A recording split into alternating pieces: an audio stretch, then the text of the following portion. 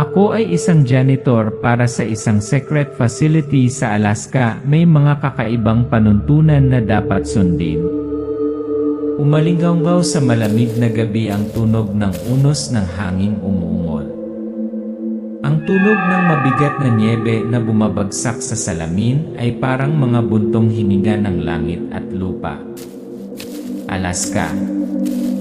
Ang katapusan ng mundo, kung saan lumilitaw ang liwanag ng araw at pagkatapos ay mawawala sa walang katapusang gabi. Dito, ang snowstorm ay hindi lamang kalikasan, kundi isang babala din. Hindi ako isang siyentipiko, hindi isang inhinyero, o isang sundalo ng espesyal na puwersa. Isa akong janitor, nagtatrabaho sa night shift sa isang lihim na pasilidad. Isang lugar na hindi alam ng karamihan, at kung marinig nila ang tungkol dito, mabilis silang tumalikod. Walang sign, walang gate. Isang side door lang na nakatago sa gitna ng pine forest na natatakpan ng puting snow. Hindi ako dumaan sa pangunahing gate, isang lugar na protektado ng makintab na metal, biometric scan, at daan-daang kamera. Pumunta ako sa kadiliman, isang lugar na takot tingnan ng mga tao, takot isipin. Isang lugar kung saan ang gabi ay hindi lamang itim, kundi isang lupain ng kakaibang alituntunin, mga misteryosong bawal na dapat sundin ng sinumang papasok, kung ayaw mong mawala ng walang bakas. Ito ang lugar na tinatawag kong pangalawang tahanan ko. At ngayong gabi magbabago ang lahat. Mabibigat na yabag sa nyebe, puting singaw na nagmumula sa hininga, mga flashlight na kumikislap sa maliit na siwang ng pinto. Ang kumikislap na berde at pulang ilaw ay tila hudyat na may mali. Sabi nila may mga rules na dapat sundin kung gusto mong mabuhay dito. Huwag mong buksan ang pinto na may pulang tatsulong. Huwag mong sagutin kapag may tumawag sa pangalan mo. Huwag mong punasan ang mga pudles ng hindi kilalang likido. At kung marinig mo ang buong pangalan mo na tinatawag sa dilim, dapat kang tumakbo. Tumakbo sa silid na may berdeng ilaw, ay lock ang pinto, at manalangin na ang pinakamasama ay hindi mahanap ka. Akala ko noon ay horror stories lang iyon para takutin ang mga bagong dating. Hanggang sa narinig ko na ang tawag sa sarili ko. Ang tawag sa pangalan ko at nagsimulang humabol ang dilim. Ang ingay ng nagmamadaling mga yabag, ang paglangit-ngit ng pinto, ang tunog ng hingal, at ang malamig na asul na liwanag na pumupuno sa pasilyo. Ngayong gabi, sasabihin ko sa iyo ang mga bagay na walang sinumang maglakas loob na sabihin. Kakaibang mga patakaran, mahiwagang entidad, at isang digmaan na hindi lamang tungkol sa kaligtasan, kundi isang digmaan sa pagitan ng mga tao at isang bagay na hindi maiisip. Maghanda ka. Dahil malapit ka nang pumasok sa isang mundo ng mga pinakalihim na bagay. At ako ang tagalinis, ang tanging nakakakita ng lahat ng ito.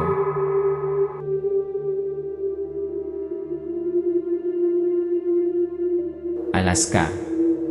Kung saan ang lamig ay tumagos hindi lamang sa balat kundi sa kaluluwa. Kung saan ang mga gabi ay mas mahaba kaysa sa iyong pinakamasamang bangungot. Ang blizzard ay humahampa sa aking mukha, ang hangin ay umuungol na parang isang hindi nakikitang nilalang na humahabol sa akin. Ito ay -40 degrees sa labas, ang hangin ay napakalamig na ang aking hininga ay nagiging puting ambon, makapal na parang hamog na bumabalot sa bawat hakbang.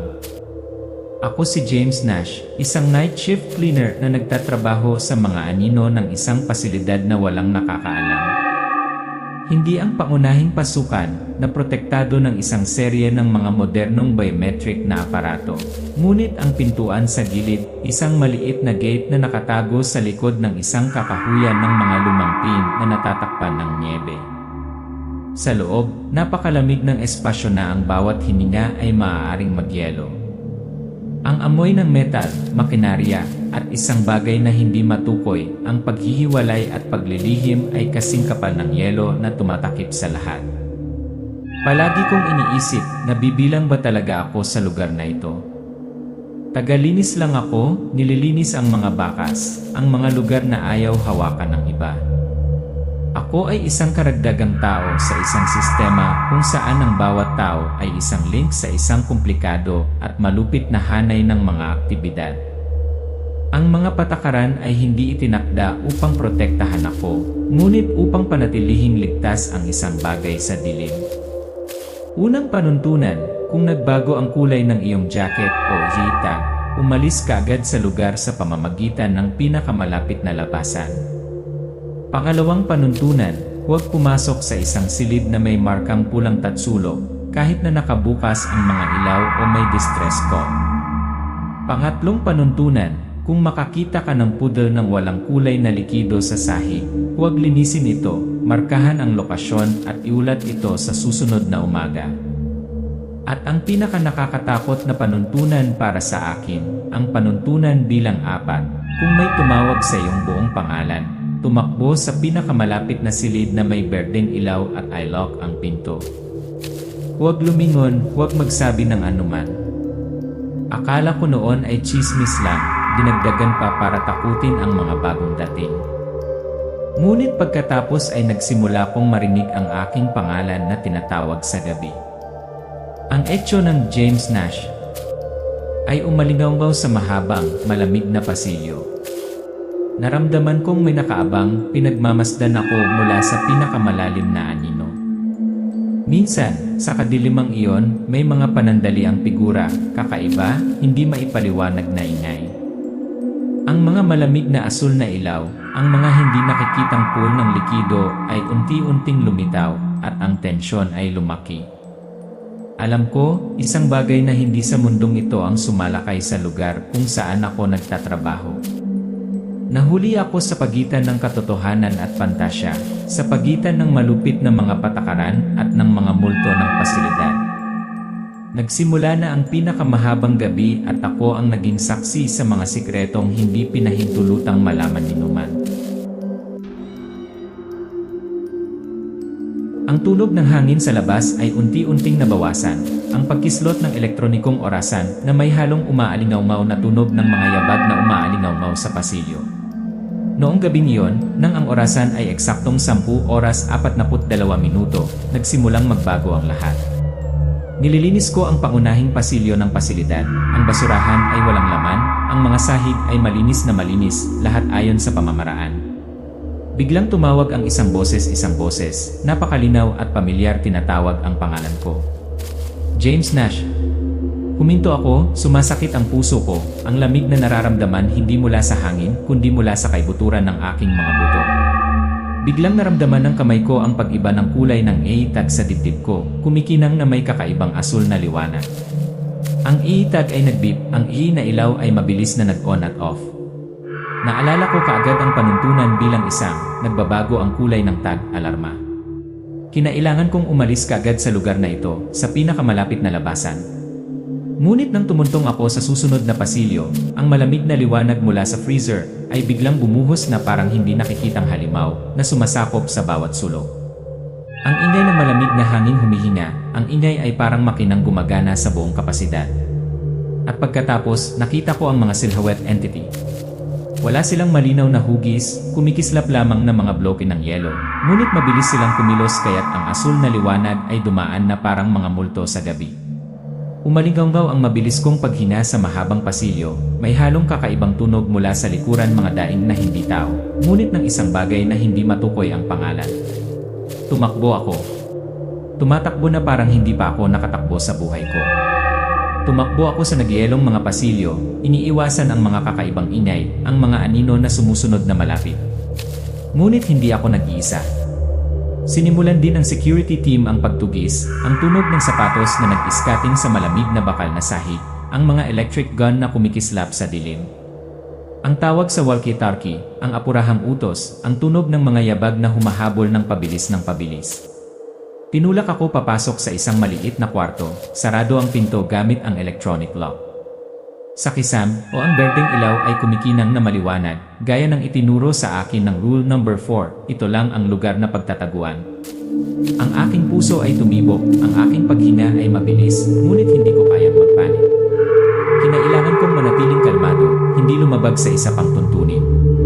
Isang mahinang katok, pagkatapos ay isang tunog ng paghahalukan, na parang may hinahanap. Namumuo ang tensyon, alam ko na sila, ang mga entity na yon ay hindi lang gustong kunin ako, gusto nilang palitan ako. Hindi sila mga tao, ngunit mga nilalang ng yelo, isang kakaibang anyo ng buhay, na maaaring magbago ng hugis, at kumonekta sa isang kolektibong kamalayan. Hindi lang sila mga halimaw. Sila ay isang halo ng yelo at biological artificial intelligence, na nabubuhay sa pagpapalaganap at dominasyon. Naalala ko ang panuntunan bilang 38 kung sakaling pakialaman ng mga entity ng pasilidad, lumikha ng isang kabalintunaan na hindi nila mahawakan. Ngunit iyon ay kasing mapanganib. Dahil kung mas kabalintunaan ang iyong nilikha, mas maraming panganib ang inilalagay mo sa iyong sarili. Nakatayo ako sa dilim, nakarinig ng mga bulong mula sa labas, parang maraming tinig na nagsasama-sama, tinatalakay ako bilang isang espesyal na biktima.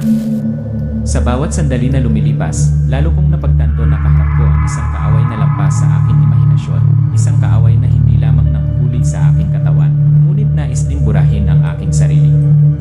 Mas bumilis ang takbo ng orasan, bumigat ang paghinga, mas tumindi ang kumikislap na pula at bughaw na ilaw. Ang gabing ito ay hindi na isang simpleng gawaing paglilinis. Ngayong gabi, ako ang target at kailangan kong mabuhay. Ang umaalulong na hangin, ang kaluskos ng niebe sa ilalim ng paa, ang mabigat na paghinga ng karakter. Ang blizzard ay humampas sa aking mukha, ang bawat snowflake ay parang isang matulis na karayom na tumutusok sa aking makapal na Amerikana. Alam ko na kapag huminto ako kahit isang minuto, ang malamig na buto na ito ay magiging isang hindi kumikibo na bloke ng yelo. Hindi ako pinayagang huminto.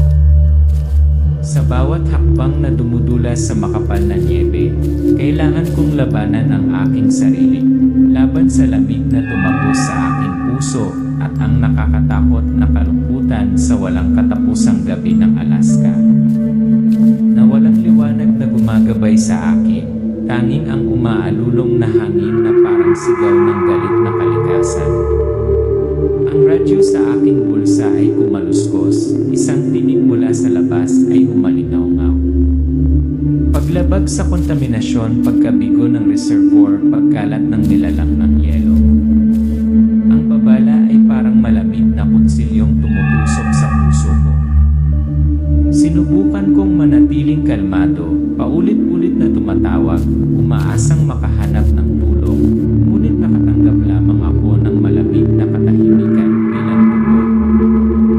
Bigla kong naalala ang proyektong daw ang nakatagong proyekto na narinig ko sa mga dumaan na pagpupulong.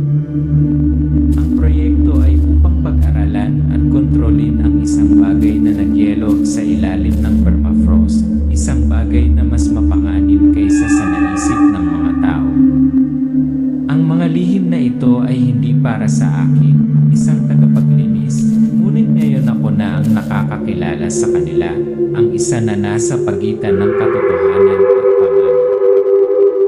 Sa aking mga kamay, ang manual ng pagpapanatili ay puno ng mga panuntunan, mga pagbabago, mga pahina na binura at muling binura, na parang may sinusubukang itago ang isang bagay na malaki.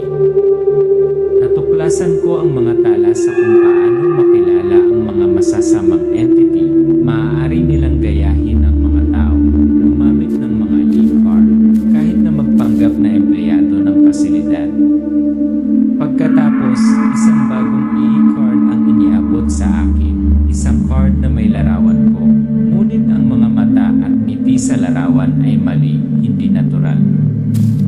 Ito ay tulad ng isang masamang kopya ng akin, isang palatandaan na ang panghihimasok ay lumampas na at walang ligtas. Pakiramdam ko ay naramdaman ko ang aking sarili na binabantayan, hindi lamang mula mula sa labas, kundi pati na rin sa loob ng aking sariling katawan at isipan. Sa gitna ng brutal na blizzard at ang nakapalibot na kadiliman, alam ko na para mabuhay, kailangan kong pumunta sa dulo ng katotohanan. Kahit na ito ay isang lugar kung saan walang gustong tumingin, o isang lugar kung saan kahit ang buhay mismo ay tila walang pag-asa.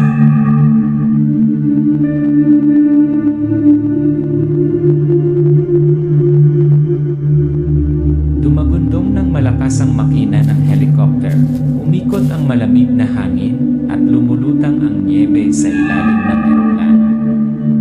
Nakasakay ako sa helicopter sa isang blizzard na parang rumaragas ang agos. Bawat bugso ng hangin ay tumatama sa aking mukha, bawat dagundong ng makina ay isang desperadong paghingi ng tulong. Sa pag-angat ng helicopter, tumingin ako sa likod, isang hindi malilimutang tanawin.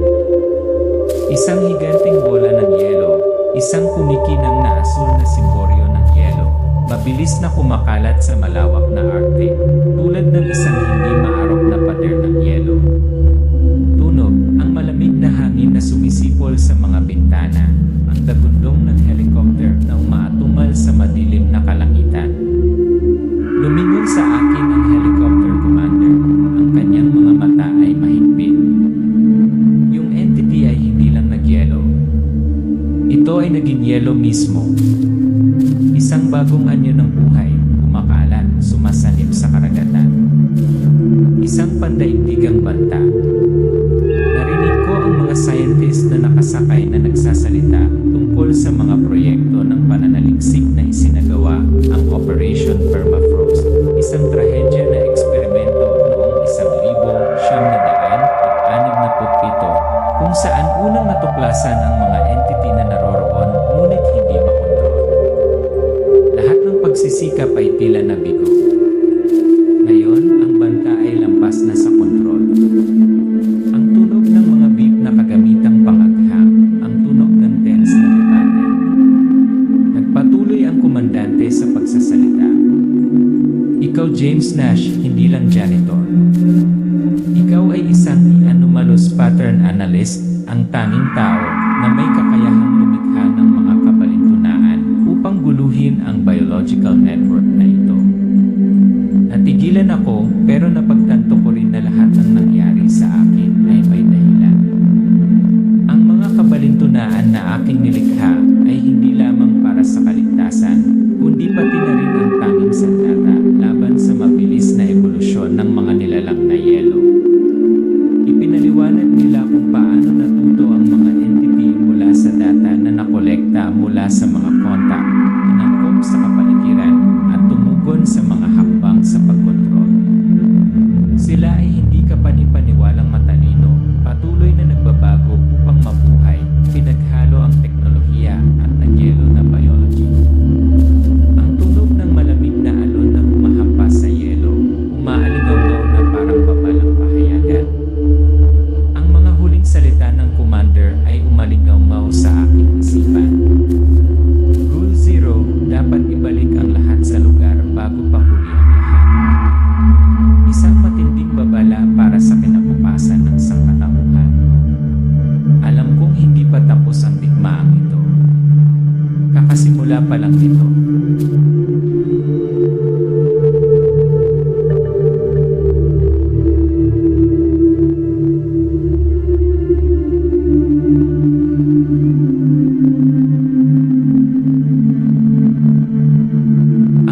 Ng malamig na hangin na sumisipol sa siwang ng pinto, ang tuloy-tuloy na pagkislot ng orasan na may halong mahinang paghinga ng karakter. Nakatakas ako sa blizzard, nakatakas sa kadiliman ng pasilidad na yon, ngunit hindi natapos ang kwento. Yung mga ice creatures, hindi lang sila ang pinakamasama kong bangungot. Sila ay isang banta na kumakalat sa buong Arctic, sa buong karagatan, at posibleng sa buong mundo. Hindi na ako isang ordinaryong tagapaglinis, ngunit isang mahalagang link sa isang digmaan na hindi alam ng sangkatauhan. Rule 0, ang huli at pinakamahalagang tuntunin na umalingaw pa rin sa aking isipan. bumalik ang lahat sa lugar nito. Ano man ang mangyari, gaano man kapanganib, dapat nating panatilihing balanse ang mundong ito. Dahil kung hindi tayo, hindi na magiging yelo ang yelo. Ito ay magiging ibang bagay. Isang bagay na hindi kailanman pinaghandaan ng sangkatauhan. Lumakas ang sipol ng hangin, sumama sa huling tik ng orasan, at pagkatapos ay tumigil. Isang mahabang katahimikan. At ako lang ang naglilinis. Pero ngayon, ako ang tagabantay ng pinakamahinang pag-asa. Sana ay makaligtas tayo sa pinakamahabang gabi sa kasaysayan ng sangkatauhan.